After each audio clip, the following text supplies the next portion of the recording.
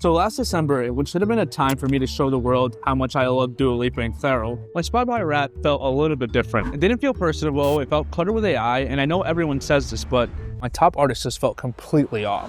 I also wasn't alone. People took to social media to voice their discontent for the latest edition of Spotify Wrapped. I didn't think too much about it until this past February, when I saw that Spotify announced its first full year of profitability, which is crazy because the company has been around for 18 years. As one of the top 3 music streaming platforms in America, how did it take Spotify so long to become profitable? And was this connected to the most mediocre Spotify Wrapped? And if so, what does this mean for the future of Spotify? For its 670 million users, the homepage when you first open the app is super cluttered. It kind of takes away from what I originally started using Spotify for. For artists, there are a million ways to make money, and Spotify is not like at the top of that list.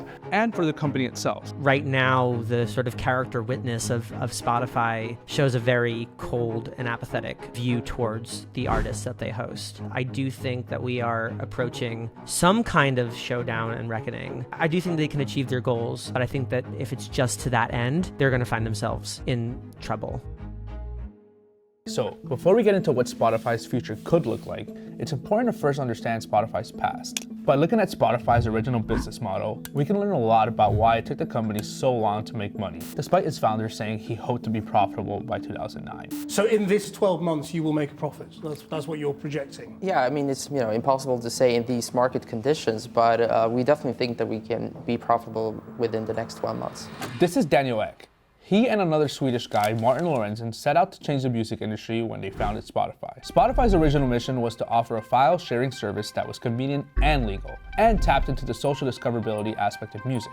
Without services like Spotify that have a free tier of service, there's actually no way to create a social discovery of music. And of course, the two founders planned to monetize that service using their advertising and marketing backgrounds. They knew ads would bring in money, but they had no idea what would drive people to the platform. At first, music was just a way to get traffic for their ad-based business. But over time, they fully leaned into music. They teamed up with the major labels and built the freemium model we know today, free with ads or pay to subscribe. When Spotify started, I think there was a lot of doubt, or maybe just not a lot of foresight into just how big and how disruptive it could wind up being. Spotify's goal was to build an actual listening audience, unlike its competitors that came later, like Apple Music or Prime Music. They use music streaming as a loss leader to sell iPhones or cat butt tissue holders. And Spotify achieved that goal by essentially pioneering the subscription-based model that revolutionized the music industry. It attracted listeners by offering over 20 million songs on its platform, and ultimately became what Wall Street would call a tech unicorn, despite the company still not being profitable. For the next 5 years, Spotify continued to be bullish on building out its audience. Like when it acquired Tunigo, a music discovery startup back in 2013, which allowed Spotify to offer personally curated playlists based on listeners' mood and activity. And this marked the start of Spotify's peak era.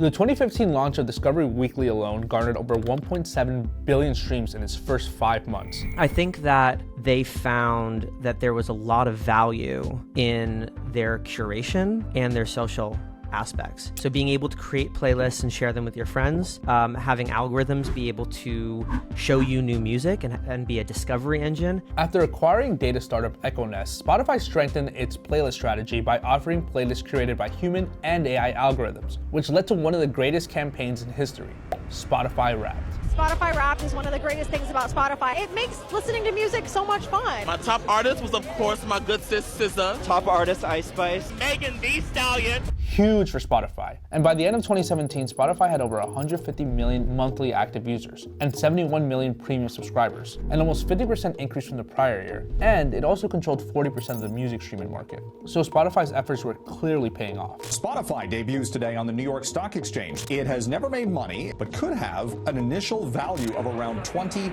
billion.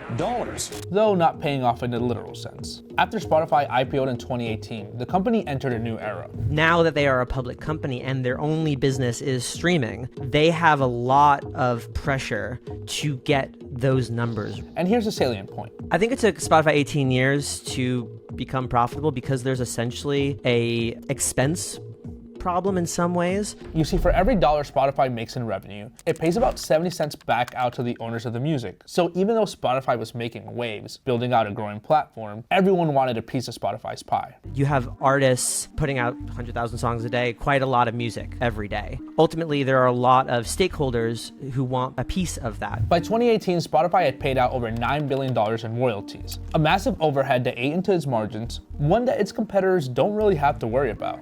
You see, Apple and Amazon have their streaming services, but rely on other parts of their businesses to bring in greater profit margins. But for a company like Spotify, where music streaming is its core business, royalty costs matter. Spotify has also been claiming it's at a further disadvantage because its app has to be downloaded through the Apple App Store for iPhone users, and have gone as far as launching a whole PR campaign around Apple's unfair practices. Spotify's main points are Apple's 30% cut on in-app purchases, which eats into their revenue, and Spotify isn't allowed to tell people in the app that they can get a cheaper deal on Spotify's website.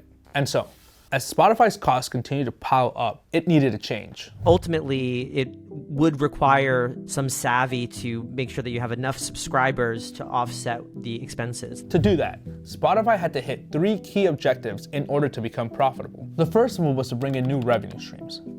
Daniel Ek really supported the idea of expanding Spotify beyond music, which led to the introduction of podcasts on Spotify.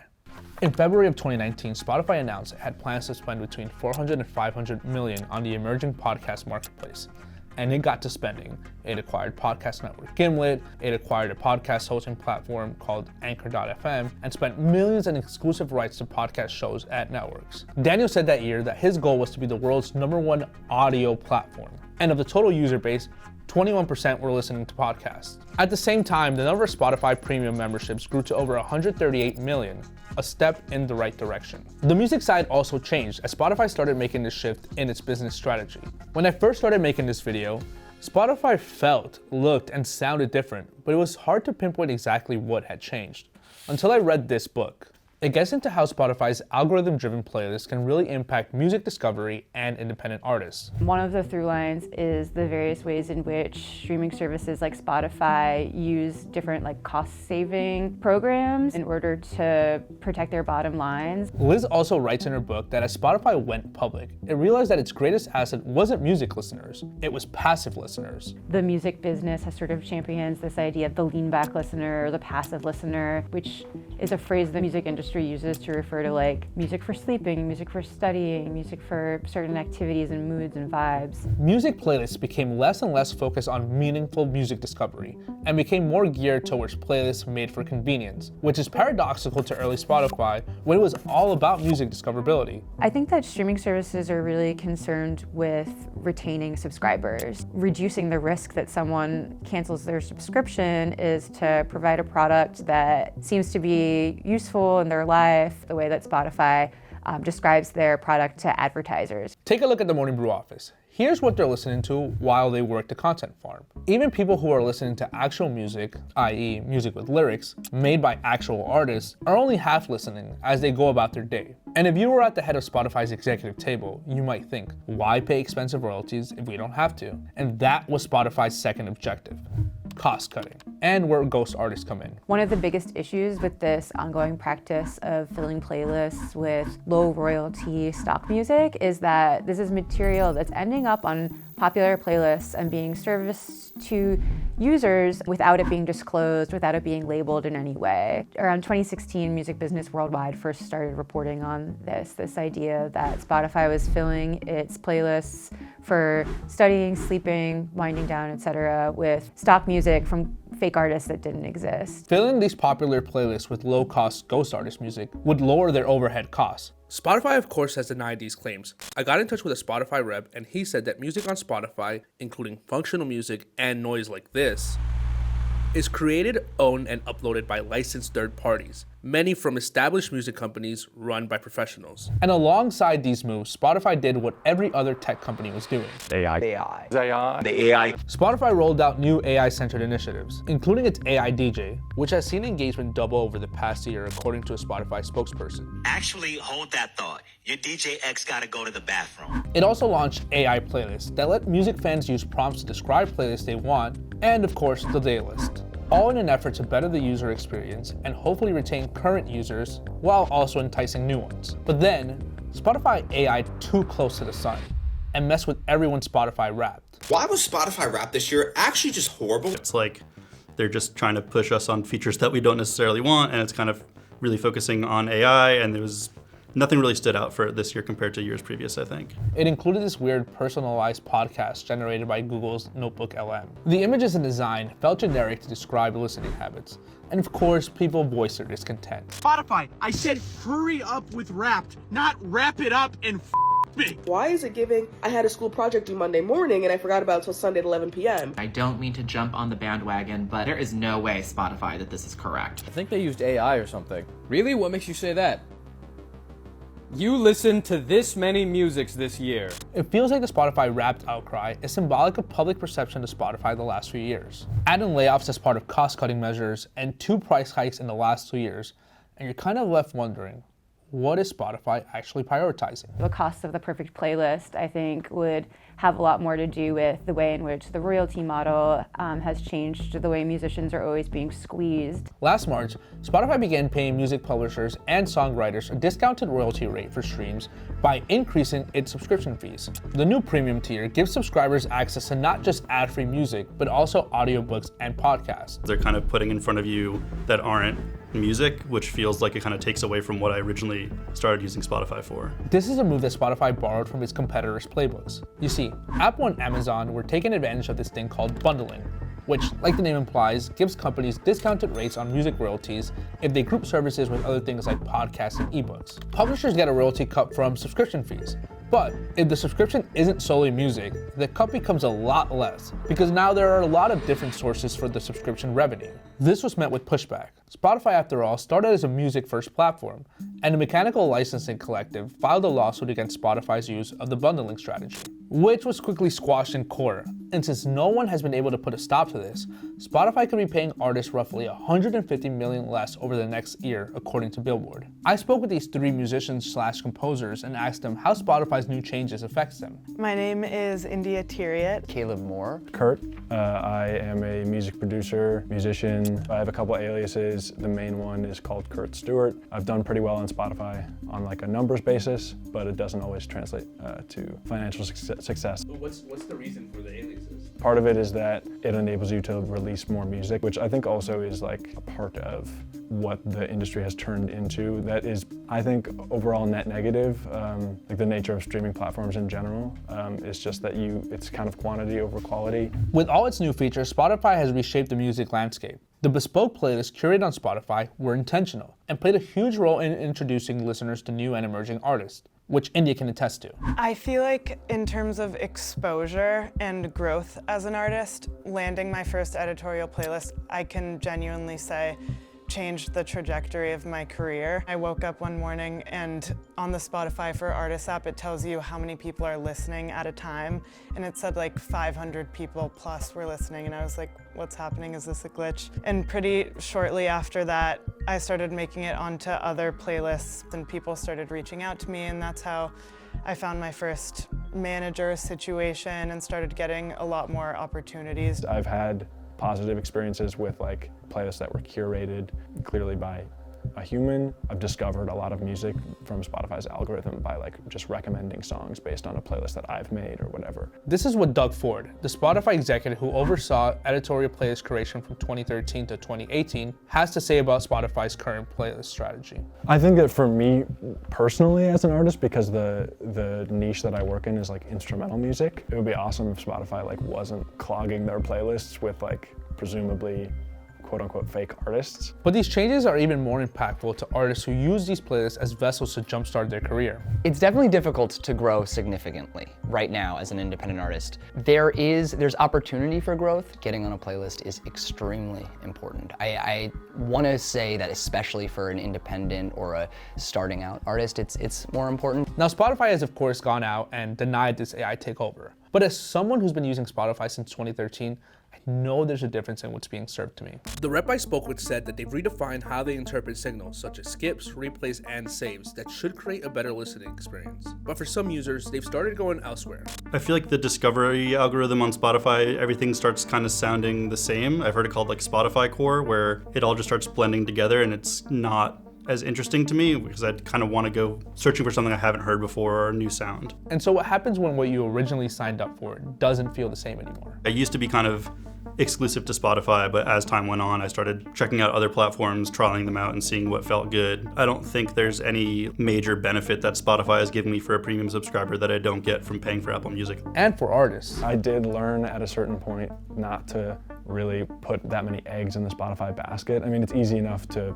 release your music on there, so I do put all my music on there, but it's not what I rely on financially. Which I would say is worrisome for a platform like Spotify, when it relies heavily on artists to fill its content library. An important development in recent years, I do think, has been the emergence of a new music labor movement. United Musicians and Allied Workers, Music Workers Alliance, other musicians organizations, giving musicians more of a collective voice to take on these issues. In Spotify's annual Loud and Clear report that was released back in March, it said the company still paid out over $10 billion to the music industry in 2024. Which is true, but not directly what goes to music artists. Have you made any money off Spotify streams? Does $250 count as making any money? My profile, you would see it 100% and think like, there's good money there. Even though I did have that song Montage with close to 1 million streams, it never came anywhere close to me being able to quit my restaurant job or anything like that. With other platforms offering higher royalty payments, Spotify's ability to draw artist focus on its platform can wither. I probably have about twice as many streams on Apple than on Spotify, but I've probably made about 8 times more money on Apple than on Spotify. Not to mention, it's been dethroned by TikTok as the leader in music discoverability. And to be fair to Spotify, it's easier said than done to find a solution to make everyone happy. Yeah, I've seen so many just like regular people outside the music industry be like, oh, well, Spotify doesn't pay artists very well. I'm like, okay, so do you want your subscription to be $40 a month? And they're like, no, what? As if those two things aren't related. I think it's good to be able to have a bigger pool to spread. Not that it's even making that big of a difference anyways, because major labels are controlling most of streaming revenue anyways. So what's next for Spotify? After finally hitting its first full year of profitability, Spotify hit a little snag in its plan, posting a net loss of $100 million in its most recent earnings, which of course led to a hit in its stock price. The response to that? Spotify announced a price hike to its premium subscription in many markets outside the US, which of course helped the price of its stock rebound. In the midst of trying to figure out what's best for business, Spotify also faces an identity crisis. Hey there, this is Uber from the future. As we were just about to hit publish on this video, Spotify announced that Daniel Ek would be stepping down as CEO at the end of the year. He's being replaced by these two guys, who are the current co-presidents and have been at the company for a long time. Ek said, Alex and Gustav were already leading a large part of the day-to-day management and strategic direction, and that this change simply matches titles. But I think he heard about this video, and he didn't want the smoke. Who's to say which is the real reason? Anyway, back to past Uber. Music is vast, and there are different reasons why different people make music, different people listen to it. One of the issues of the streaming era, from my perspective, is the idea of a one-size-fits-all model that could ever work for all musicians and all listeners. Just thinking about like how to proceed in a way that is more fair. I think that part of that is getting away from the one-size-fits-all model and imagining lots of different alternatives that could work for artists and listeners. The rep I spoke with assured me that music remains central to its core strategy, but at the same time, it continues to evolve Spotify into a true multi-format platform. I think something that Spotify still does well is like giving me one place to go on Friday to see what came out. And sometimes it might do well on servicing new music that I maybe didn't know was coming out, but there's now other platforms and other streaming services that do things better. Does this mean they'll see an immediate effect? Probably not. There's a sunken cost fallacy at play for its users, and it could take a lot before we see a mass shift towards other platforms. I've been fond of Spotify for a while, and I think that as a consumer, Spotify's pretty cheap. It's what all your friends use. You know, that alone is probably enough to get someone, to convince someone to use it. It's hard to say though how or even if Spotify will feel the need to go back to its roots to retain some of its artists and users like me. But Spotify will need to face these challenges head on if it doesn't want to lose the core audience it took so long to build.